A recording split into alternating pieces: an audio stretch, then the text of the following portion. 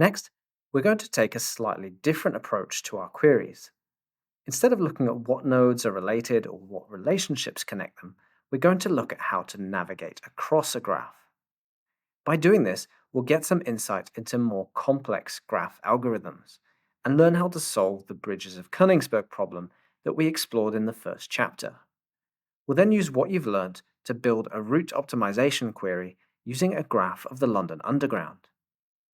You'll then finish the course by applying what you've learned to a scenario involving fee optimization on Bitcoin's Lightning Network.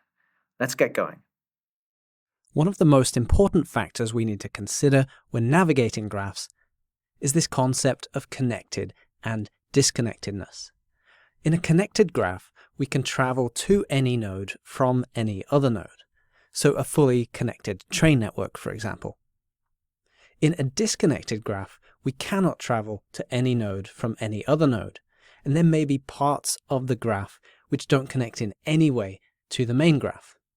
So this might obviously be a problem in a transport network, or if we're trying to track financial transactions across a network. There may be some nodes which just aren't accessible from others. We have some very specific terminology that helps us define our movements around a graph.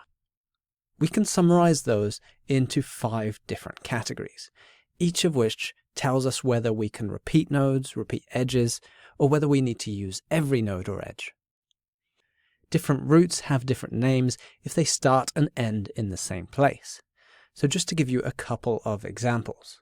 When we're moving around nodes and relationships, a walk is a route around the graph that can repeat nodes and can repeat edges. So pretty much you can go anywhere you want. And in addition, if you finish where you started, it's known as a closed walk. We've seen that the default behavior in Neo4j is that you can't repeat edges, but you can repeat nodes. So we would think of that as some sort of trail. We know that we can start at an actor node, go to a movie, and come back to the actor if they have a second relationship with the movie. In a path, we cannot repeat nodes and we cannot repeat edges, so there really is no repetition in that movement. And paths is something we're going to talk about more in this chapter as we try and find the most efficient and shortest path through a network. The Euler path will also help us solve the bridges of Königsberg problem shortly. Now for that, we said that we could repeat the landmasses, which are the nodes, and in addition we must use every edge. So we'll find ways to establish whether there's a Euler path or even a Euler circuit around Königsberg and its bridges. But more generally, why are all these path definitions important, and why do we care about the parameters of what can be repeated and what cannot? Well, here's a few examples in real life. A garbage truck should not repeat roads. It may repeat junctions and must end where they started. So that's about route optimization. Similarly, a delivery driver should not repeat roads, may repeat junctions, but they may end at home instead of at the depot. So there's a slightly different set of requirements. A third locational example is the Google Street View car, and you could argue that there is a requirement there that they must travel all roads, but only once. An automated and optimized painting machine must cover all surfaces, but only once. And we've got all sorts of other route optimization techniques like shortest path, where finding an efficient route across a network must avoid any kind of repetition. So these examples of how we think about these networks and routes appear all over the place in our everyday life. And so this terminology helps us define exactly the requirements we need from a solution. One further bit of theory that's going to help us solve the bridges of Königsberg is understanding degrees. Degrees relate to the number of relationships or edges that each node has in a graph. In this classic tracing challenge, the task is, can you trace the whole thing without taking your pen off the paper and without repeating any of the lines? So you can repeat nodes, but you can't repeat lines.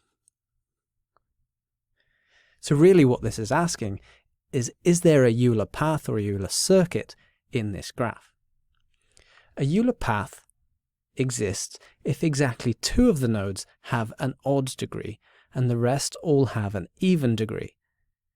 In this diagram, we can see that 2 of our nodes have an odd degree and the rest have even, so we know that a Euler path exists. The requirements for a Euler circuit are more strict, and every node must have an even degree. And this would simply mean that we could start and end in the same spot. We can also summarize the nodes in our chart along with their degrees to see this information more clearly. So overall, we know that this graph contains a Euler path, but not a Euler circuit, which means we can repeat nodes, and we can draw the whole thing with one line that doesn't repeat any edges, but we won't be able to end where we started. In the next video, we're going to apply what we've learnt in Neo4j to solve the bridges of Königsberg problem. I'm back in the main navigation window of Neo4j, no longer in the browser of my movie database. From here, I'm going to stop the currently running recommendations database. And don't worry, that's not going to lose the work we've done. If I want to go back into it, I just click here, reinitialize it, and then open that to get back to where we were. The reason I've closed that one is that I want to create a new environment where we're going to play around with some other datasets. So we go to New, Create Project, and within that project, I want to add a new local DBMS, and we will call this Beta Graph Fundamentals. Again, I'm just going to use 1, 2, 3, 4, 5 to make it easy to remember for now. Once that's initialized, press Start and then Open.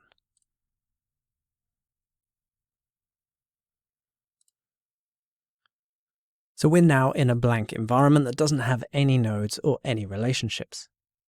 Now in the student files, you'll find a text file called Cipher Bridges of Königsberg.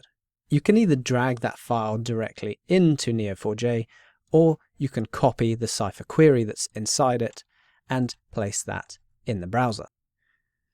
Running that will create the information you need to solve the problem. If I just rearrange this slightly, we'll get it in the same order as our original diagram. And just so we can get back to this later on, I'm going to press the star up here in the top right to save it to our favorites. Now notice that Bridges of Königsberg immediately appeared as the name of this script, and that's because I left it as a comment in the first line of the script. The comment's simply written with 2 forward slashes. I'm not going to go into the importance of commenting your code, I'm just going to focus on Cipher. So the favorites are accessible via the left-hand bar, and to get back to our node and relationship view, we click on the database information. We can view the whole graph by pressing on the star 4. Node labels are defined by land, and relationship types are defined as bridge. Each of these items has only one property. Land has a name, which is simply the letter, and the bridges also have a name, which define the 2 nodes that they link. So with this information, we're ready to solve the bridges problem. So we want to find out if the Bridge of Königsberg problem has either a Euler path or a Euler circuit in it. There's a few different ways we can do it. So let's start with the most manual and basic. And so we just want to know for each node, what is the index? So how many bridges are connected to it? And make a decision based on what we know about those paths. So in my match statement, I just want to find all nodes that connect to any other nodes. And then for each node name, I want to return a count of the nodes that they connect to. So in fact, we can see that all 4 nodes have an odd number of bridges or connections.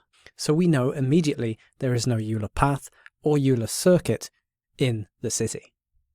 The second method is to count how many routes around this graph there are that don't repeat any bridges. And so the first question there is, how many bridges are there? It's fairly easy to count 7 in this small diagram, but what if it was bigger? Let's make a more generic case. So first we need to count the number of bridges. So let's match all instances where nodes have a connection via a bridge to another node. and we'll return the count distinct of R to tell us how many distinct bridges there are in the graph. That is 7. But we're not done yet, so we need to go back into this query, and instead of returning that result, I'm actually going to use it in the next part of the query. So with count distinct R as num bridges, we can then go forwards into the rest of our query. So at this point, this is the only variable which is being carried forwards, and we can ignore everything above it. So firstly, let's define a path as a Euler path. So our path pattern should start at a node which will give the alias start.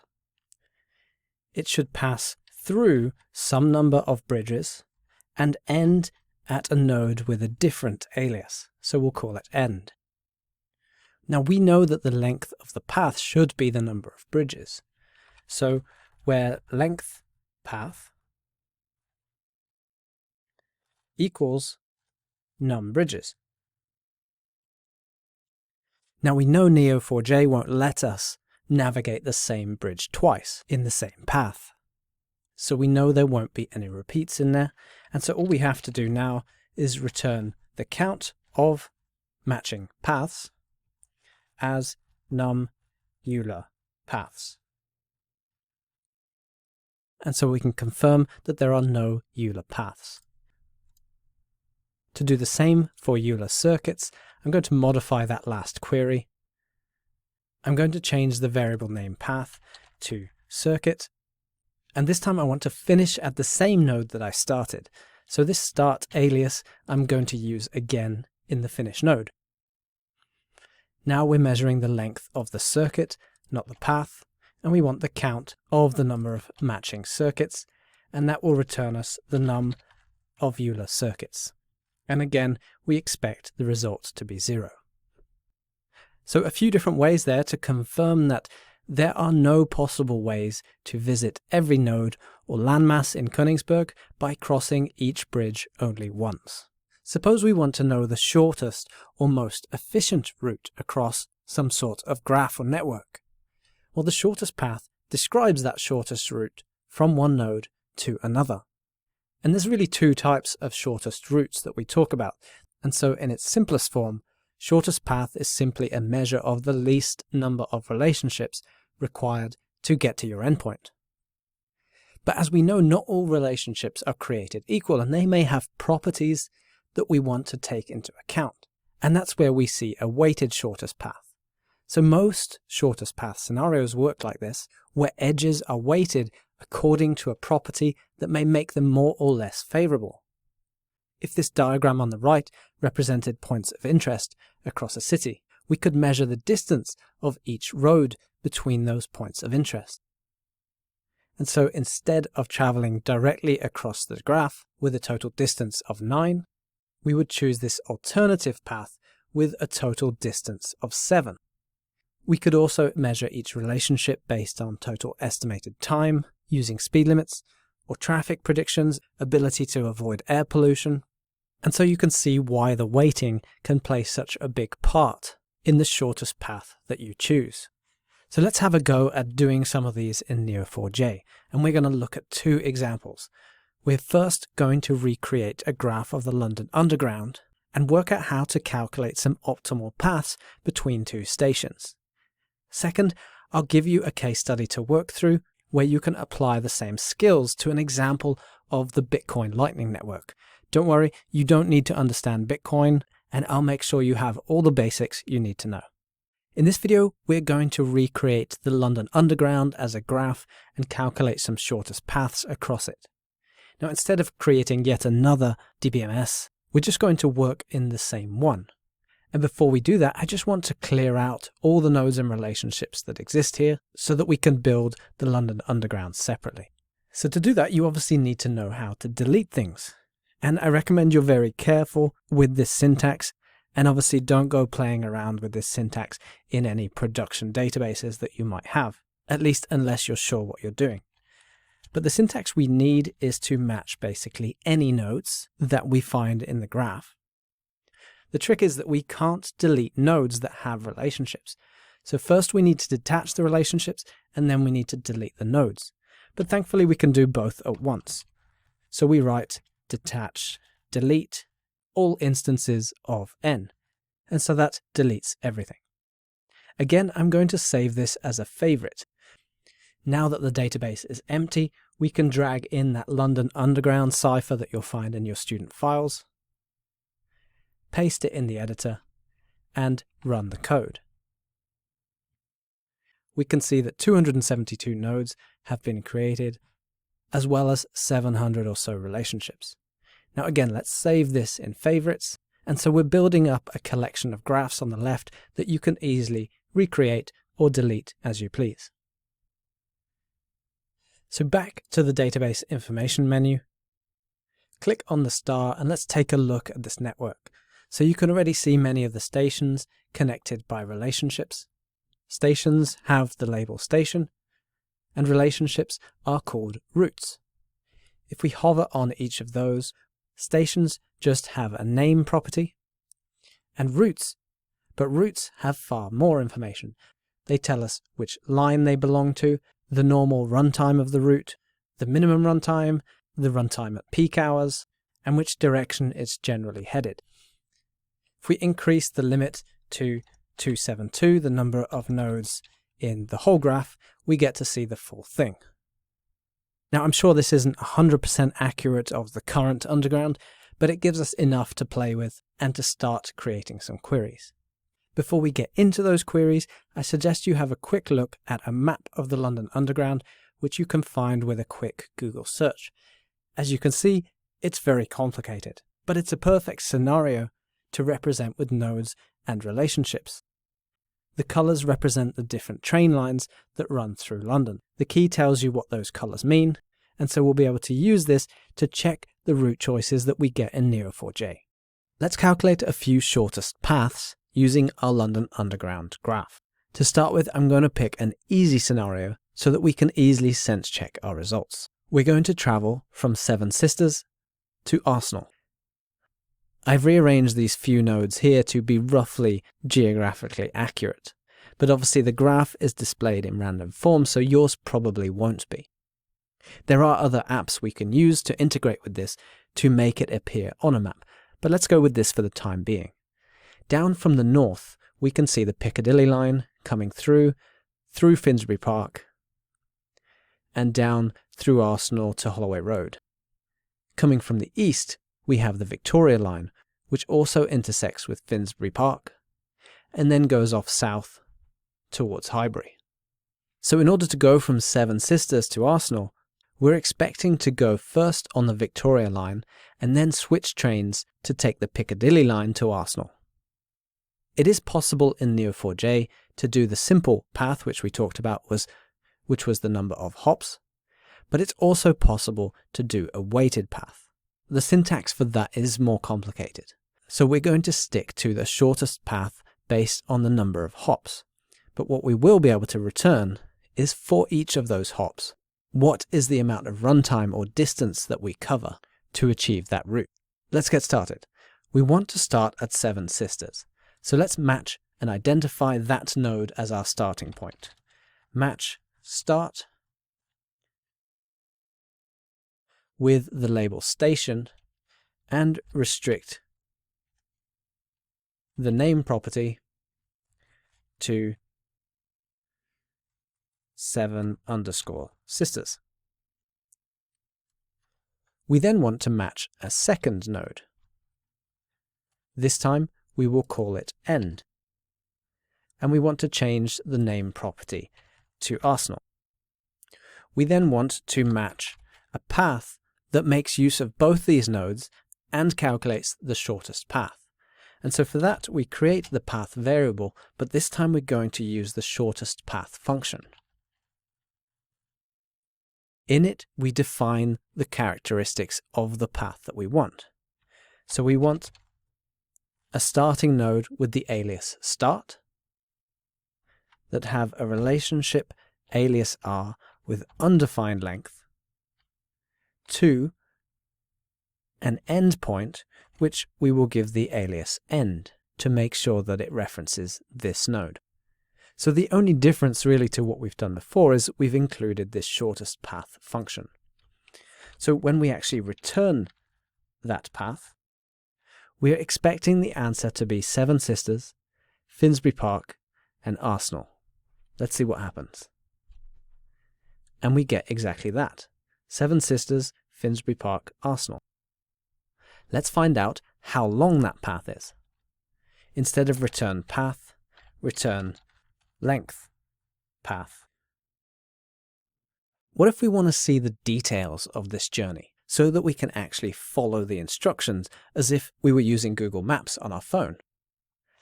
Pulling back that same query, at the moment our path variable is returning a whole string of nodes and relationships that join together, and by returning that we obviously returned the graphical diagram. Instead we can ask Neo4j to pull out each of the relationships or nodes from the path, and we do that using the unwind statement. So let's unwind the relationships from path and return them as hop. And then from each one of those hops, we just want to return hop.root ID. Let's return the line hop.direction, hop distance, and the normal runtime. So that's going to give us all the details of the route we need to take. So this is great already. It's already telling us which ID to go on, so take the Victoria line. It's telling us which direction, the distance, and how long it will take in minutes. But we can make this a fraction better. We said we were starting at Seven Sisters, which is here, and going first to Finsbury Park. Now technically, we need to take this relationship because it's pointing that way. The route ID for that route is Seven Sisters to Finsbury Park, but we're currently saying take the other one, so it's going via this route. And the second one is also backwards, so it's found the shortest route as these two.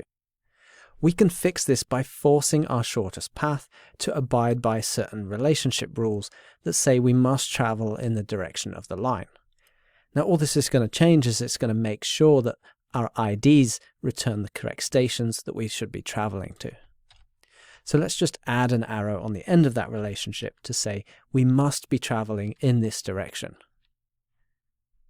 Now we can see that those IDs are more correct, and we have a full list of directions which we can use to navigate across London. Now maybe it's just me, but the fact that we can calculate the shortest route across the London Underground between any two nodes like this in 5 lines of code is pretty awesome. The last thing I want to do is to aggregate some of these results to find out the total time it will take me to travel. Obviously this doesn't include time to change lines, but we're going to add up the normal runtime of each route. So since we've already unwound the relationships as hop, and we're able to return the properties of each one, all we need to do is take a sum of hop.norm runtime and return that as total runtime. And that will give us the 5.5 minutes that it takes to travel between the two stations. I'm going to go back to this query that returns the details so that we can try out a different route.